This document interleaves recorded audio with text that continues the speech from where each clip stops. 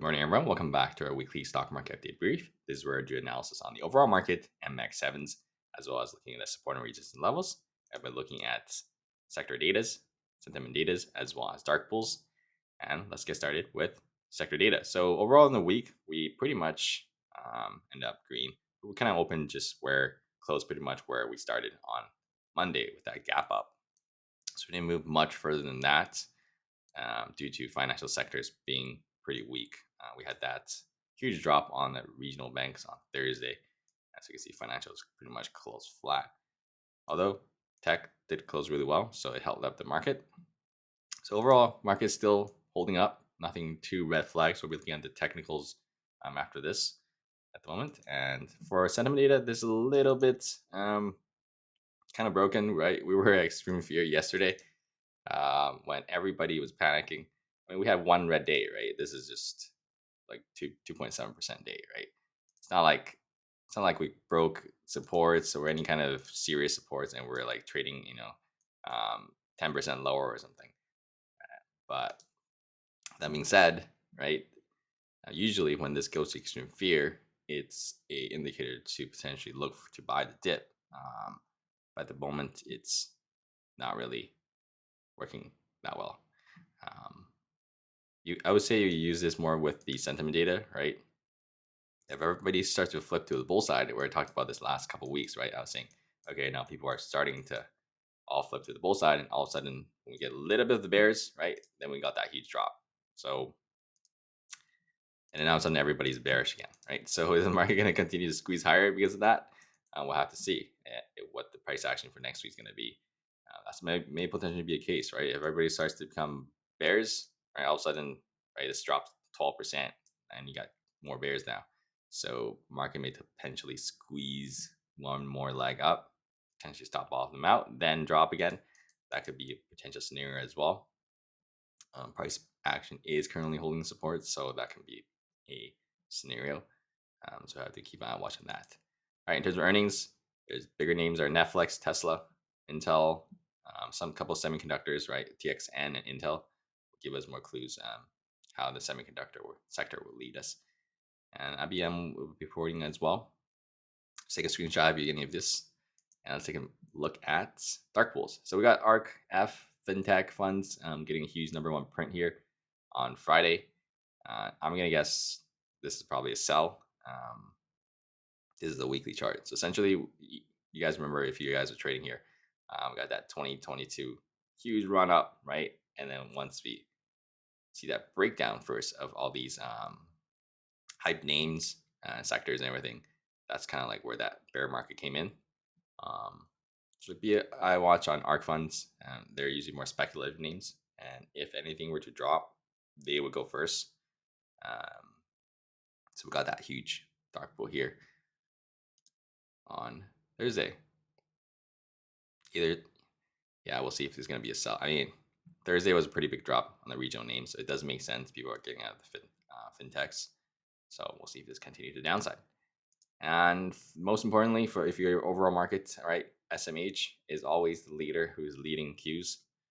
So we got that huge dark pool as well.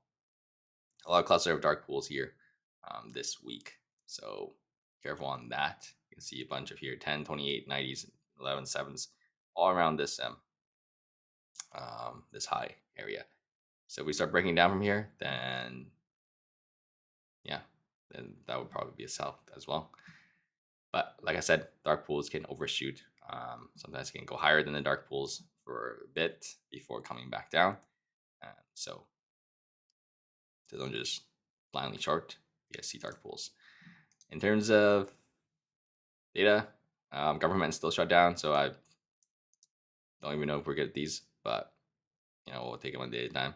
So if they do release it, then you'll know when it is going to be. Just take a screenshot if you guys are for these datas. All right, let's take a look at the charts for technicals.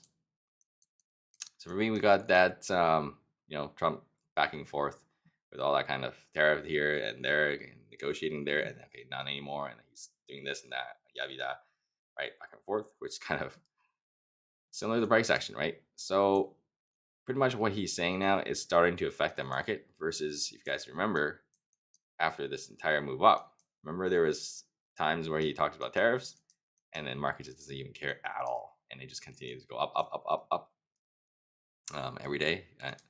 Now that market is a little bit more sensitive, right? So around these levels, earnings are coming in as well. So yeah, I watch on those tweets. If it does come in, he usually posts those on True Social. So if you guys are following him, make sure to follow him. And that being said, we are just in a range, right? We zoom into the 4 hour, right? Very clear, 668 SPY. Rejection is pretty much off of the low of this all-time high structure, right? Yeah, the bulls can get over that. We're back to all-time highs. We're not that far off all-time highs, to be honest. So come up 0.4%, we're into resistance, and break into resistance 1%, we're back to all-time highs. So that, even though we got this big drop, technically speaking, bulls are still in full control because we did break these pivots, but it didn't break on the Qs, right? So right, Qs held this pivot right here. So if this low doesn't break, this 588.5, if it did broke here after hours on Friday, but I don't count the after hours, they'll drop afterwards. If it doesn't break here, right, this 590 zone, Qs didn't break any, still in an uptrend here. Right? I mean, you wouldn't call this a clear uptrend anymore, right? Versus when we're coming up here, all the weekly, monthly, everything is an uptrend, but yeah, Q is still holding its support. So SPY's not going to tank. Qs is holding its support, especially when the MEX7 names are leading the Qs, and the Qs are leading SPY. So I have to see how this range actually ends up resolving. Is SPY going to break this 668 high, or is it going to break below this 520? Sorry, 550, two lows into, and then come down into the structure.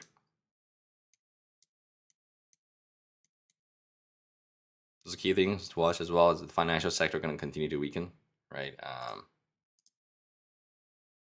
We had one big drop on Thursday.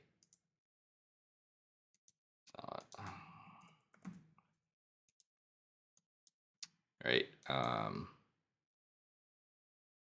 And let's see if it falls through. So far it's a weak bounce on Friday, and it could become a bear flag at the moment. So, right, tons of resistance here, over here, and then it rolled over.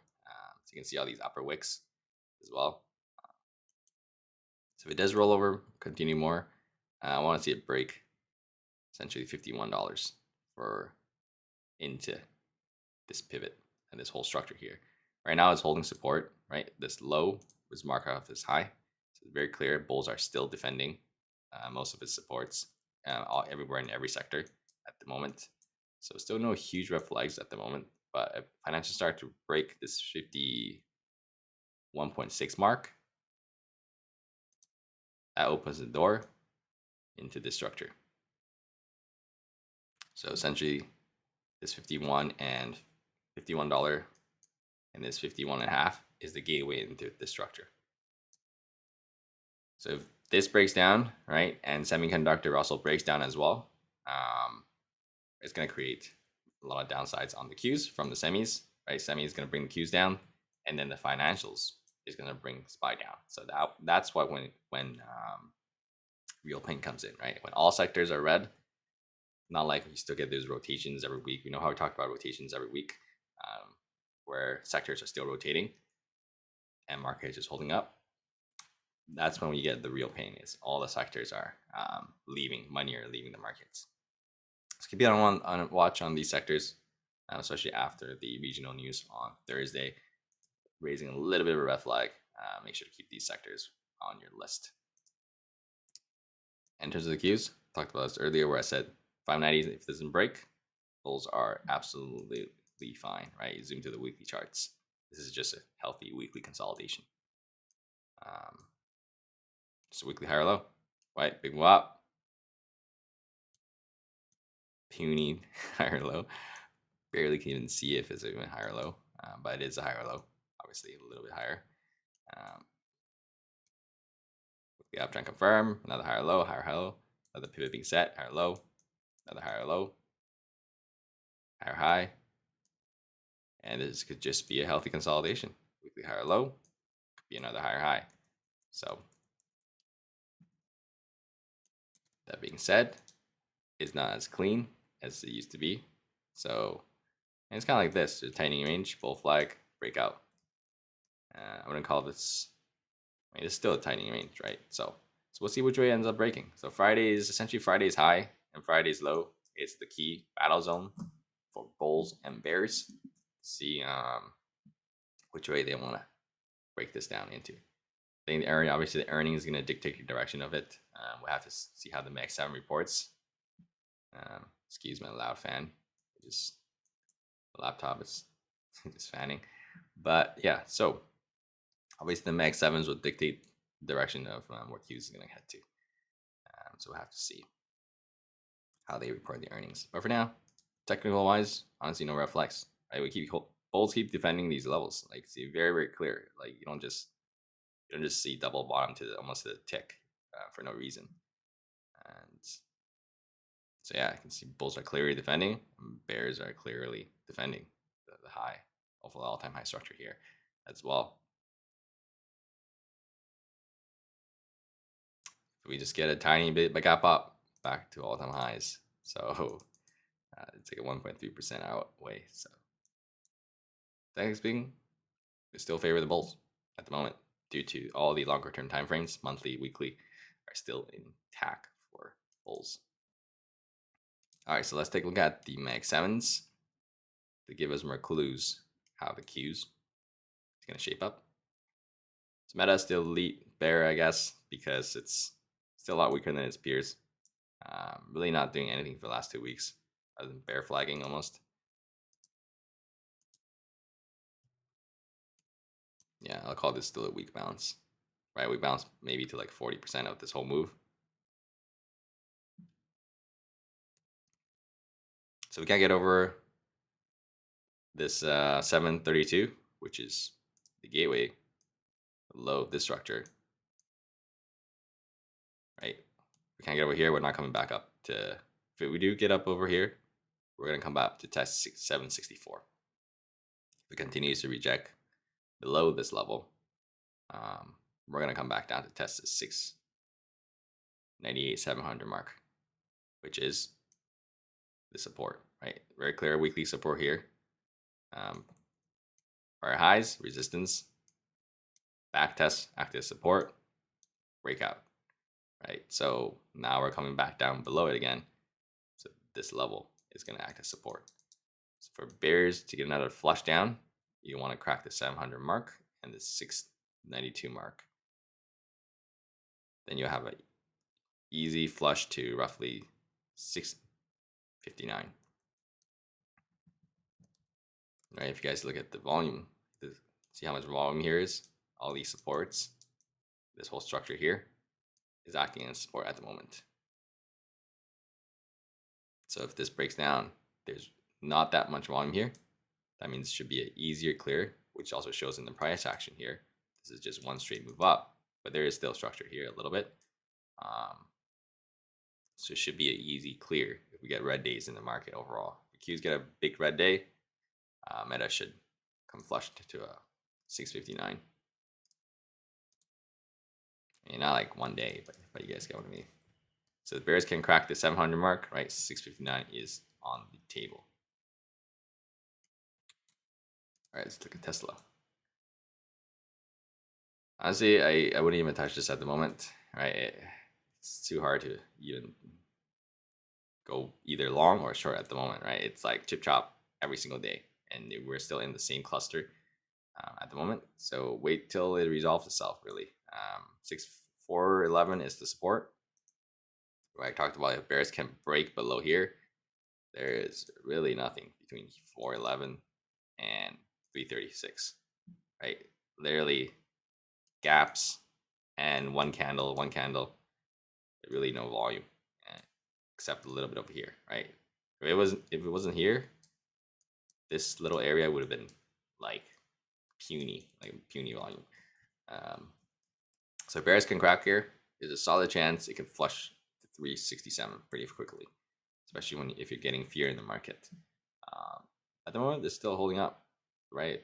Bulls are actually defending supports, and then bears are defending resistance. Very clear triple top, quadruple top here. Now defending still resistance, another quadruple top.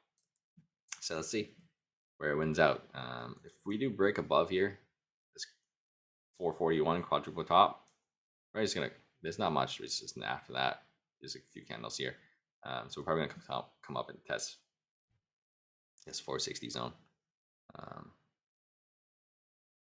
But overall, let's see which way it actually resolves. Either 411 or 441 zone. Yeah, they just completely sideways. All right, Amazon also a lead bear, although not much follow through because the market didn't tank. You can see market was green on Friday, and Amazon's been red for the last 3 days. So that is a lead relative weakness for sure on the lead bear. At the moment, it's holding 211. So 211 is the, if we break 211, we'll be gateway back into 205. If we break 205, we're gonna come down to 200 mark to test the psychological support. And overall, bigger picture, it is starting to shape up a little bit like the tightening range we talked about. Right, they go up, they go down. It's a higher low. They go up. It's a lower high. Not big move down yet. Still needs break a lot of supports, but it's starting to shape a little bit up, right? Come all the way down to maybe 200 or 187 if we start getting red days, which market hasn't shown yet. Right, market is 1% away from all-time highs, and Amazon is down already 11%. So imagine if relative weakness continues, the market has like let's say it's just a 5% correction. Right, 5%, no big deal. We've seen 5% all the time, which is healthy consolidation. Amazon, this is a good chance Amazon can come to 187, which isn't even that far off, right? Another 10%. So, and then that will mean potentially this tightening range is potentially shaping up into maybe early next year or end of the year. So keep it on watch to these bigger picture timeframes. So far, definitely relative weakness. Bulls need to break above this prior. See his prior support, quadruple bottom. Now it's acting as resistance for the last 2 days, 2, 3, 4 days. And bulls can crack above this 216, then we will have a shot back to 221, which is the gateway back to this structure. Yeah. Friday bears looked like they wanted to drill through it, but market was green, so they didn't really get that chance. Yeah. All right, Microsoft. So Microsoft looks like one of those monthly, long-term monthly kind of bull flag look. So it can go like this. Kind of like go like that. Drops lower, lower, lower, lower, lower. And then once it finishes flagging, it will go. So you zoom out to the monthly charts.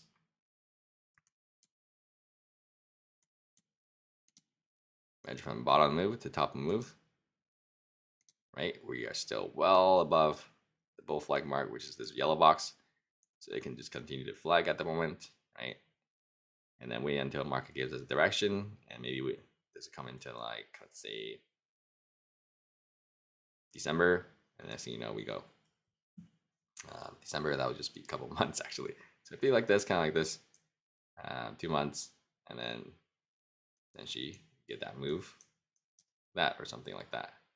That'll be a monthly bull flag, right? Breakout. It's October, November, December, yeah.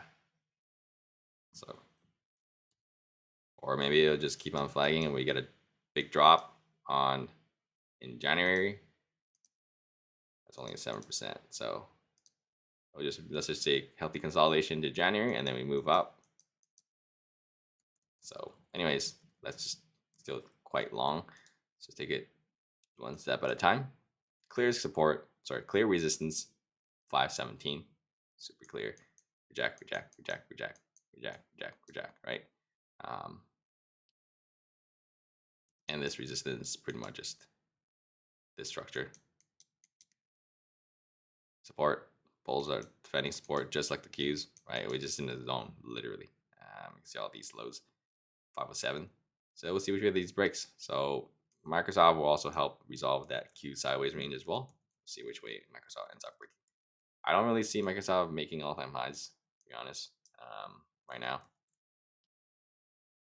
Above this high, which is kind of unlikely a little bit after a move like this. But never say never. That being said, if you're a long-term holder, this is perfect for you guys. This is literally the healthiest consolidation sideways a bull can ask for after a move like this.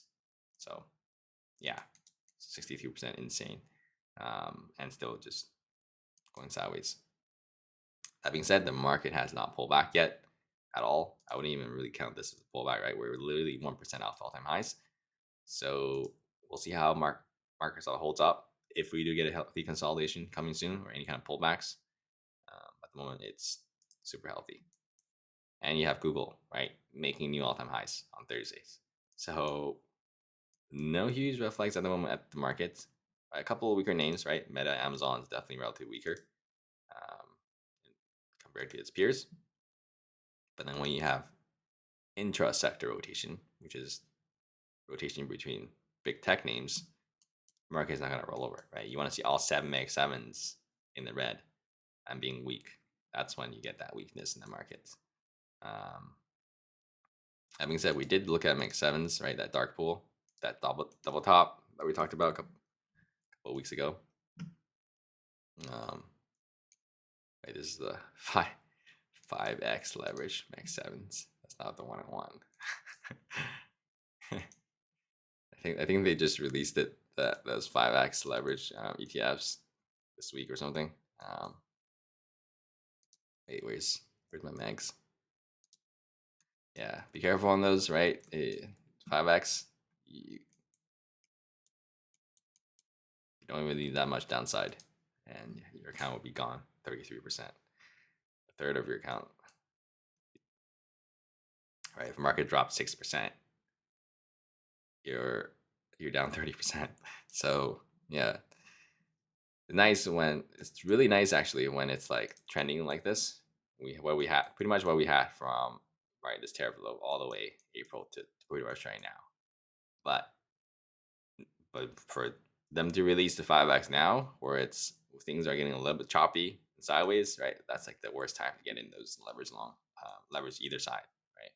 Both long and short, because it's tough, right? Let's say you were right? You were like, okay, I'm gonna short the top. Let's just say you shorted this week around the 64. And you're like, you know what? I'm gonna go in 5x leverage long. If I nail this, let's say this drops 10%. I'm gonna get a quick 50%. Or if this drops, let's say 15%, right? And you'll get like a solid 75% move in your account, which would be amazing, right? So you get in here, and then this actually bounces first, makes one more new high before it goes all the way down to let's say this major support here, right? This structure down here into this $60.59 mark. The low of that structure, which would be like roughly here, right? That would be a solid 10% move, and you'll be up 50%. But because it made a new all-time high first right here, let's just say it got up 5% to 67. And then you crap yourself because you're down 25%. And you got out because of that. And then you missed this whole move. Versus if you're not in leverage, this will only be a 5% move. You'd be like, whatever, you know what? I'm gonna top out after. Usually would have just stopped out here, to be honest. it breaks new all-time highs. But you're okay with 5%. You know, your risk was, let's say, 7% max loss, and you held on to it. You got that move, right? So that's the downside of leverage. Is hard to hold on to leverage positions, um, because if you need to literally nail it, right? If you don't nail it, right, it just moves a few percent away from you, or you're down like 25%. So anyways, that being said, we're talking about that double top max sevens with the huge dark pool coming in over here. Wait, it was over here, on the, I think it was on the 18th. And then dark pool was over here, right? It overshoot it a little bit. We talked about this, but it double top. That was that clue where we got this huge drop. So that being said, we are underneath resistance, just right here, right? The low of the structure is the high of the structure. Currently testing for the last 3 days. So if this breaks out back above here, come up back to 65. I'm gonna look for one more leg up in the market where I talked about that scenario earlier, and then potentially then look for that downside. So keep an eye watch on Max Sevens and all the other names, obviously, for that scenario to happen. But if we bears pretty much need to show up right away on next week. If bears do show up right away next week and we get starting to get rejections, this would be confirming clear downtrends. Then we'll look for more downsides in the market, right? But you can't have Google making all-time highs all the time if you're going to have any kind of downside in the market, right? Let's say Google makes new all-time highs Monday and Tuesday, and Meta and Amazon still a little bit weaker. That's fine. Market is still going to go flat, and or grind, slowly going up, right? If Google makes new all-time highs, Apple makes a little bit of bounce, Nvidia bounces as well, right? Market's not going to drop. It's looking a little bit kind of like a broadening wedge, but there's only 2 touches here on top. So 4 touches here, but 2 on top. For the month, no reflex for Google, just shy of underneath all-time highs. All right, Apple here, clear resistance, obviously double top here, all-time highs. Back test. So see this whole cluster of volume here. So this, we're pretty much Friday. High of Friday is where it rejected from. And if we can break above here, we're definitely testing 259 again. But if we don't break around this 253, then we're going to come back down to test 244, this triple bottom.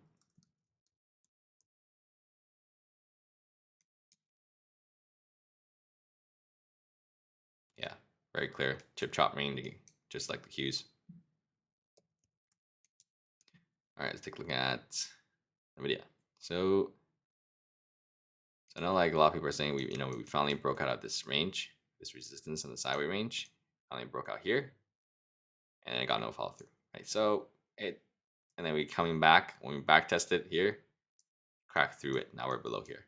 But that being said, we are still in this structure, right? We're just in the middle of it now. Doesn't mean we have to. Doesn't mean the back test have to always just hit the top of it and then bounce. I can come into it. I can see the volume here. All this volume, which is also the point of control. This little area, so which held to the tick on Wednesday. So bulls are still definitely defending. What would be a red flag is when we crack below this structure, right? This whole structure here. That would mean it's a break above, failed back test, come up a little bit like this to the 171, to this 172 zone, and then failed. That would be probably when market would roll over if this does happen. So keep that watch if this does happen. But for now, bulls are still holding supports, clear supports. So this could just bounce, come back up with no reflex. And but that being said, right, we saw semiconductors having huge dark pools come in. So we have to wait to see more semis report their earnings as well to give us clear direction of where semi is really going to head to. But definitely a little bit weaker here on the last couple of days, but nothing too significant. We've seen relative weakness in Nvidia for a couple of days, and then all of a sudden it flips around, right? So no huge deals until that scenario I drew out earlier happens, where we actually do break down below here. Um, yeah, stay safe out there. Don't play those 5x leverage for no reason, especially now when there is no clear direction in the market as much as it used to be. Where it's getting that chip chop season. Um, but I mean, if you have a clear stop loss and clear level you're playing off of, you're just scalping or day trading, sure, that's perfectly fine. But and nothing like YOLOing and holding and no stop losses like that. That would be a disaster. All right, let's go for you guys. Feel free to comment, like, share, and subscribe to support the channel. And I'll see you guys tomorrow for more commodities update. Have a great rest of you guys' weekend.